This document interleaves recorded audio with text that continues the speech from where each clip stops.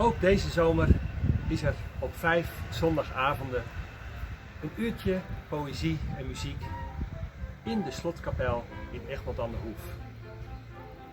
Elke avond is weer totaal anders, maar er is altijd één verbindend thema.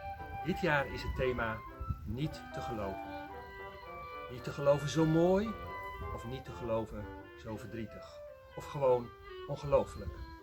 Op 10 augustus draag ik een boeketje gedichten voor rond dit thema. En die avond wordt muzikaal omlijst door het Kummer Fluitensemble. Passende muziek bij de gedichten heeft gekozen. De avonden beginnen steeds om 8 uur. En de toegang is vrij. Iedereen is van harte welkom. Ik hoop u graag te zien op 10 augustus of op een van de andere avonden in die prachtige slotkapel in Egmond aan de Hoef. Tot dan.